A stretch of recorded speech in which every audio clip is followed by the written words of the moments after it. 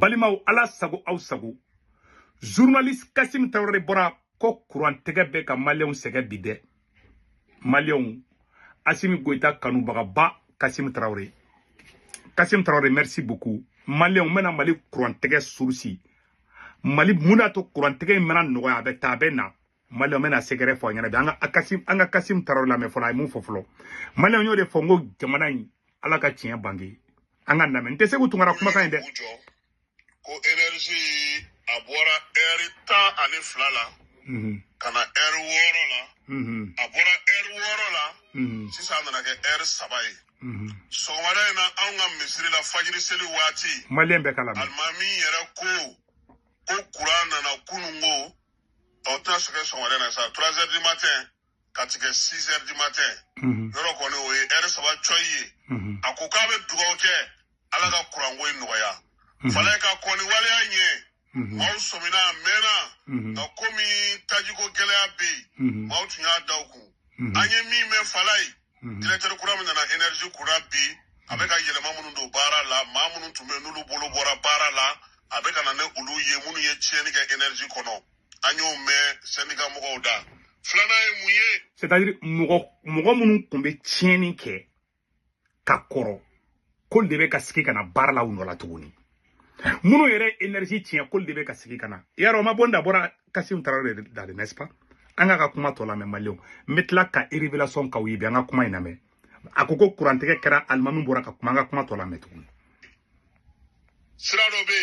no o kanga dlayani fundeni che nye shinkento ma barakala ko kuya kuma foka abarata ka ke sabana e munye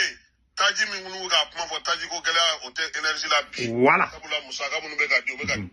ko essence ko gela tede malien chama bolo ko e bina jaraka mo be ka essence ko ayide ko essence ko problème tere ko problème ye munu ngere de be ka courant ko nyana be ko problème yuldi yaro ni ma bo se ko tungara dade tiena ne re kumbolo ngo bina jaraka mo be atakimina ngode be ka courant ko gela ne o gode ko to ne masonga ndado ala comme Kassim Traoré bora ka fo ko ayide ko bina jara ntede ko problème yere ko mo do de be ka barake énergie la kuta barake chukudo kuma bora tigi dade yaro nte se ko tungara kuma kan de malien ala ka tien ba nga kuma to la malibi nga barake chugo alfo ma ko administration énergie re konna o kololo de flene kana ni mamunu ye énergie redresser sans fla la bayna ulu chama de be ka bo u fanga be ka doya konna na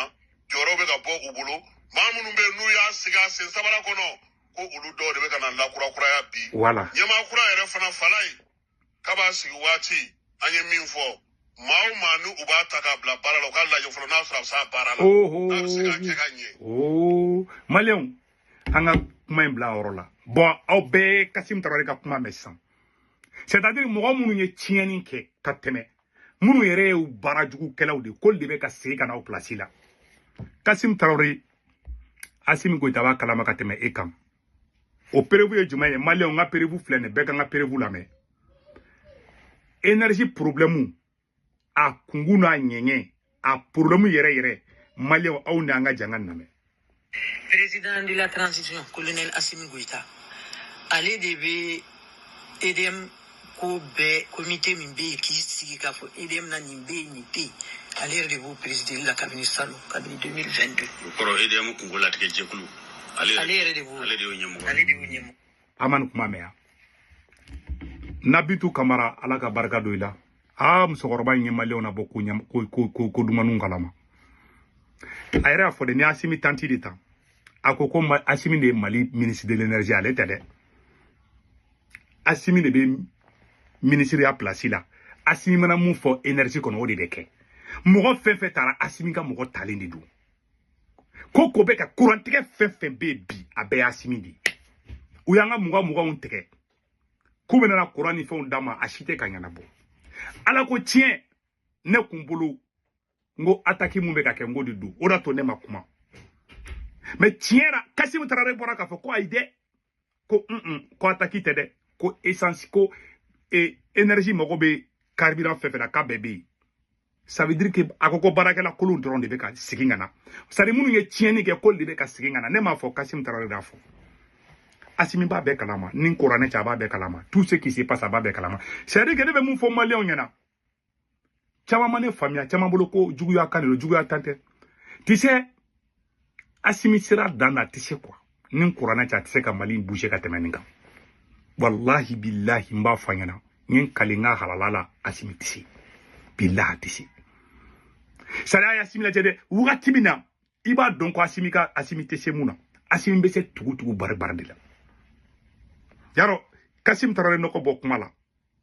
Ne yɛrɛ kun ye makun ne bɛ kurantɛgɛ in kalama de maliyɛnw bɛ ɛrɛ saba de sɔrɔ kuran bi ne bolo n ko ataki minnu bɛ ka kɛ n ko de do to ne ma kuma ko la ala ko tiɲɛ ne ye ma ko a kan mais Kassim Traoré bɔra ko ayi dɛ ko ataki tɛ dɛ ko énergie mago bɛ fɛn fɛn na k'a bɛɛ bɛ yen ko baarakɛla kolon de kolo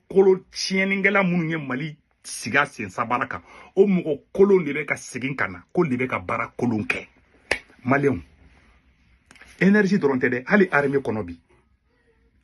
ni maa ninnu ka sira tigɛ Kayita ka sira tigɛ Mali la ka karibira siraw tigɛ a bɛɛ Assimi ka jamana marako juguya de don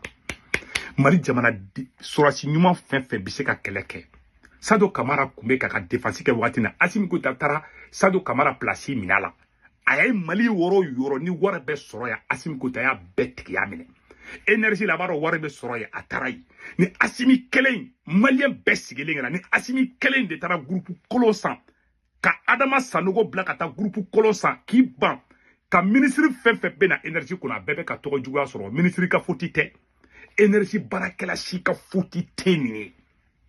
Assimi yɛrɛ de ye problème ye Assimi tɛ maa baarakɛla fɛ nkalontigɛlaw a somɔgɔw a kabilaw a ka gɛrɛnadenw a bɛ koli de ta k'o bɛɛ bila Mali yɔrɔ bɛɛ ɲɛfɛ bi kɛlɛ o kɛlɛ bɛ ne ni Assimi cɛ o de don ne bɛ n faso fɛ n ye n kale kuranɛ la n bɛ n faso fɛ maa tɛ Mali fɛ ala k'a bɛɛ malo hali ne yɛrɛ b'a la ne ye maliden jugu de ala ka malo Assimi Goïta ye ne bɛ Mali contre la ne ye maliden jugu de ala ka ne Segu Tunkara malo Assimi Goïta ye ala ka Assimi kɛ kalo yelen ye ne bɛ ka Assimi kɛrɛ nkalon de kan ala ka Assimi Goïta kɛ kalo yelen ye fo ne Segu Tunkara ka malo ye mais Assimi bɛ nkalon kan ala ka Assimi malo k'a malo ka tɛmɛ Kadafi ta kan k'a malo ka tɛmɛ Samuel Doe ta kan fo n'a ka sɔrɔ maliyɛnw de ma taa sa Imam Dicko ka misiridaw la ko changement ka kɛ hadamadenw jeli de bɔra maliyɛn ma da ala ko la maliyɛn caman b'o ma da ala ko la hakɛ de bɛ Assimi nɔfɛ o t'a kalama minnu ye kɛlɛ kɛ minnu taara sa boulevard la olu de ye janfara minnu tɛ changement yɛrɛ fɛ a somɔgɔw a sunguruw a kabilaw a taara Mali ta ka kalifa bɛɛ la a bɛɛ prévu filɛ nin Mali bɛ se ka courant sɔrɔ nin kan Adama Sanogo Ablaye Maïga beau-frère a filɛ nin u ye ne bila ka taa Nigeria ka taa groupe kolon san u ne ka taa groupe san Turki u y'u ban o ma o ye kelen ye filanan fana ye mun ye tuguni n bɛna nin yɔrɔ yira Assimi Goïta tanti o de ye Mali ministre de transport ye a wolowolo tanti nin ye maliyɛnw ka miliyari 18 an t'a dɔn 16 de a y'o de dun ka miliyari ta k'a d'a ma fo miliyari 10 ni hakɛ dɔ a y'a bɛɛ dun ni muso in ko courant ko terrain kunkolo bɔra Moscou ko kana ko maliyɛnw bɛna terrain sɔrɔ terrain ye mankan ma ko pompi tile 2 tile 3 terrain ko banna Assimi wololo tanti de ye nin kɛ a ye Kayi sara lajɛ ala kama a y'a lajɛ o fana cɛ o fana Assimi tonton de n'o ye Dayiru Danbele o filɛ nin o fana tun y'a ka conseiller a y'o kɛ ambassadeur ye a ye Mali in kɛ a bolo ko ça va marcher n'a marchera bolo kɔrɔ ne ye ɲamaden ye n'a a ɲana Assimi bolo kɔrɔ ne tɛ halala ye a bɛ ni alikuranɛ cɛ mɛ n kalo la a tɛ ɲa bolo parce que aw caman ma da ala ko la cɛ ne mɔna duba kɔrɔ ne mɔna kabilaba de la mɔgɔ janfa kɛ depuis ne fitinin fo bi ne mɔna mamuso ni mɔkɛ de bolo maa minnu ma kunna gosi olu tɛ se ka ne faamuya o dɔw bɛ o ma lamɔ koyi dɔw ma la gosi dɔw mɔna dans les rues dɔw bɛ sokɔnɔna na fa bɛ tile baarakɛyɔrɔ a ba bɛ tile baarakɛyɔrɔ u tɛ barokɛyɔrɔ t'u la ni gɛrɛnala ni kɛnɛmanaw tɛ an tun bɛ baro kɛ n'a mɔkɛ n'a mamusow de an mɔna o cogoya de la adamadenya taabolo kana sɔn nin ma n'i ye nin kɛ nin b'i sɔrɔ caman ma kunna gosi n'o ye anw y'olu apara ne bɛ ala fo ne bɛ mɔkɛ fo ne bɛ mamuso fo ala k'u bɛɛ da yɔrɔ ɲa ne n'aw caman tɛ kelen ye ne bɛ siran hakɛ ɲa aw tɛ hakɛ dɔn hali bi hakɛ de bɛ Assimi kɔ aw a ti ɲa bolo n'a ɲana bolo kɔrɔ ne tɛ halala ye parce que a ye nkalon de tigɛ adamadenw de nin bɔra quoi ko dɔ la ale taara k'o ta k'o yɛlɛma k'o k'a yɛrɛ somɔgɔ ko ye k'ala k'o ɲa bolo ala kuma ala b'a yɛrɛ sɔsɔ a ye maa jumɛn ye ka Mali kɛ maa famille ye k'a ɲana bolo Assimi Goïta wololo tonton filɛ nin n'an ko Danbele nin ye CMDT fɛn bɛɛ tiɲɛ miliyariw soin ka nin da Amérique a ma taa kaso la ale be galon tigɛ ko ndoro a yɛrɛ ka opposant na minnu b'a critiquer minnu n'a ka hakilina tɛ kelen ye a be galon nɔrɔ olu la Moussa Mara b'o la Ben le cerveau b'o la Choguel Maïga b'o la a ye galon nɔrɔ Mali den ɲɛnama fɛn fɛn be k'a be se ka Mali sigi a sen tabakara ka Mali ta k'a la avancer a y'a bɛɛ kɛlɛ k'a bɛɛ don kaso la dɔw be extérieur la mɔgɔ lankolon galon tigɛla escroc a n'olu de ka di a n'a ka sunguru baw n'o ye Baturu Ɲang ye a ɲɛ b'a ka Baturu Ɲang na ani nin de bɛ ka jɛ ka Mali gérer bi aw ko ka ɲa bolo o kuma la aw ma da la ko la a tɛ se ka ɲa bolo c'est pas possible sara bɛ to tugutigi bari la ni cɛ in ka fɔ k'ale bɔra k'olu ye mɔgɔ faga hali sini o nomene fila kɛrɛfɛ c'est-à-dire a ye jamana in kɛ a yɛrɛ hali an ka armée bɛ ka effet an ka armée ka ɲi Mali armée c'est une armée puissante mais depuis Assimi Goïta ye Sado Kamara boy kɛrɛfɛ ka taga ministre de la défense parallèle kolon den dɔ sigi kita ko c'est-à-dire que ka tɔgɔ fɛn kirikaraw sigi Kuluba k'ale yɛrɛ bɛ opération ka taa loi yɛrɛ voté CNT kɔnɔ ko force spéciale tɛ bouger n'ale ma ordre di IBK m'o kɛ hali Moussa Traoré m'o kɛ mais Assimi y'o kɛ c'est-à-dire a ye Mali fɛn bɛɛ ale de ye Mali fɛn bɛɛ ye ale de ye ministre de défense ye ale de ye ministre de l'économie ye ale de ye ministre hali sanu fɛn bɛɛ bɛ ka suɲɛ ale de bɛ k'a bɛɛ suɲɛ bi ni Ala n'a kira cɛ Mali sanu dɔrɔn bɛ se ka courant di Maliyɛnw ma ni Mali sanu Mali kan ka kɛ premier de Afrique bɛɛ sanuko la sanu bɛ suɲɛ kana bɔ wallahi ni sanu bɛ k'a régler a ɲɛba Maliyɛn bɛɛ bɛ se k'ale so sɔrɔ a t'a dɔn cɛ bɛ ka mun da kan a t'a dɔn quoi ninnu ye wari mun dun sanu kɔnɔ ninnu ye wari mun dun sanu na Moussa Traoré Kawsa Alpha Omar ka olu ka régime kan Assimi kelen wari mun dun olu si ma dun mais aw bɛ tila ka tiɲɛ ye don min ni bi tɛ kelen ye Ala ka tiɲɛ bange ne ma seede dɛ fo n'a ka sɔrɔ ne tɛ tunkaraden halala de billahi tallahi n'a Assimi bɛ tiɲɛ kan Ala ka Assimi ka kalo yelen n'a Assimi ka Mali jɔ tiɲɛ de kan Ala ka Assimi kɛ kalo yelen ye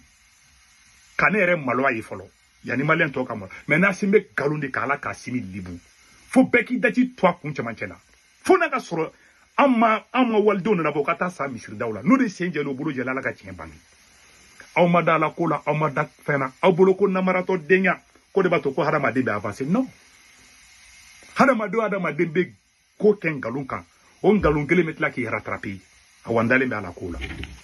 an balimacɛ ma fɔ wa Ben le cerveau ma fɔ wa Ben l'a dit ça Assimi ye Mali yɛlɛma di ka Mali k'a ka a yɛrɛ ka somɔgɔ ko dɔrɔn ye a y'a lajɛ ban ko an dira IBK ka ko IBK ta ye mɔgɔ ko ye ko Karimu bɛ yen mais Karimu dennin dɔ fana bɛ nin faga in kɛrɛfɛ o bɛ k'an tɔɔrɔ bi kosɛbɛ Karimu dennin bɛ yen Assimi balima dɔ bɛ yen ko Ousmane Goïta a bɛ Kucala ale de bɛ k'anw sɛgɛn bi kosɛbɛ hali muso min n'a bɛ développement social kunna ale nango de bɛ k'o sɛgɛn bi kosɛbɛ baara in latigɛ la e y'a faamuya Ousmane Goïta ale ni nango baara tɛ ɲɛnabɔ olu de don ka d'a kan mun na mais Assimi nakɔrɔmɔgɔw don n'a fɔ ko Assimi t'a kalama a b'a kalama dɛ a b'a kalama bi a b'a kalama sini u bɛ transition sigi waati min na u bɛ transition sigi sɛnɛ kunna waati min na Ousmane Goïta ko k'u b'a sigi hali n'a ma diya n ye u b'a sigi sanfɛ ka jigin an kan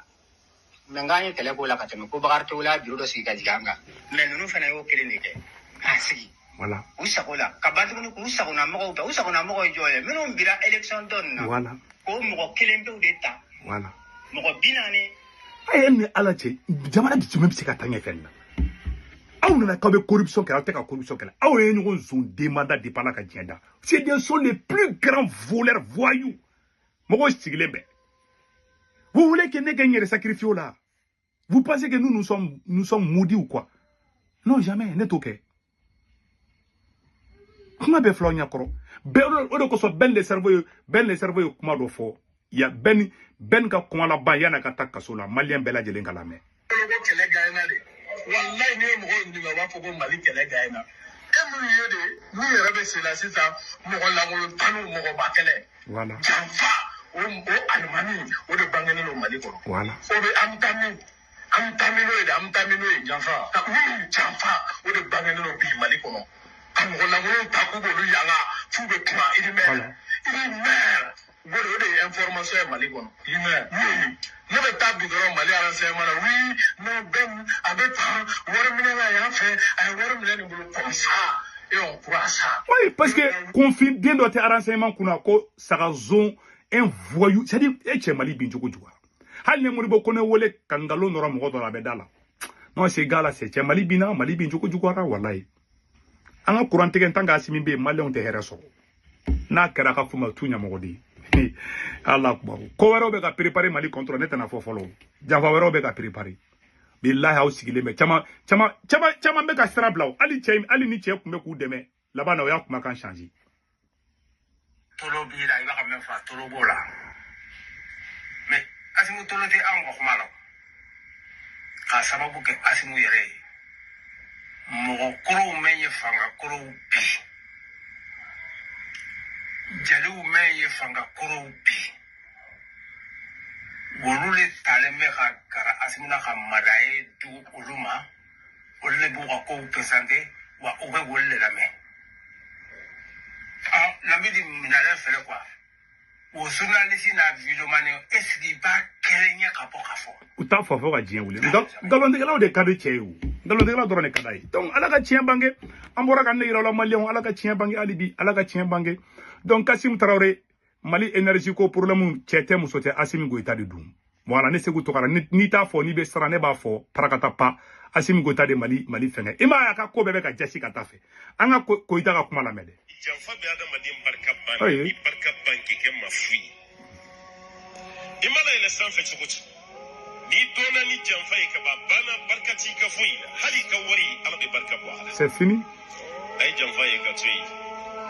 kuma do fo nya fo ma fo ka be horon gai filibe ga kuma la horon ti jamfa ke fi wallahi billahi horon ti jamfa ke wallahi hal no kere ka horon kanyo we horon bulungai horon mu mashite ke jamfati ça c'est clair sigi kun sigi mawu kuna cogo di ibe kuma mi fo ita sabati voilà i layuru caman ta ya layuru bele jirin ji al sai be kla ka fo nya fo ma fo ka be horon ka anga du be marshe ni kan cogo ma bana anga dugu be tagani ni cogo ça c'est clair jugu munun be ni ala ya ce jugu irana kabin kun ala ka ci den da no bala an ku an kan ye soro ka soro ala kun mun mai an bu barake amitan voilà amitan odi kama an banka banan nyini yoro dola ban naga koro de kwa wala kuma dola an kuma sanfe an jigina mugo kun dalin bana mugo baka kuma sai ka tigana barka kun banga ko langa ko barka baka jigi e baka beke nyini ni dabali kuma ya firgi tabuli note na kare nyini mi yedi yire nyini na kare dabali mi yire de dabali do yire parce que yim mun ke amajali ala bugo de kololo bere pempere yi ça c'est clair ça c'est clair komandale ala te jamfanti fe nyala mamun be ku situ yi ni edu kamara bayi ka jamfa kana suma kuma be bana donc wode ku nene mani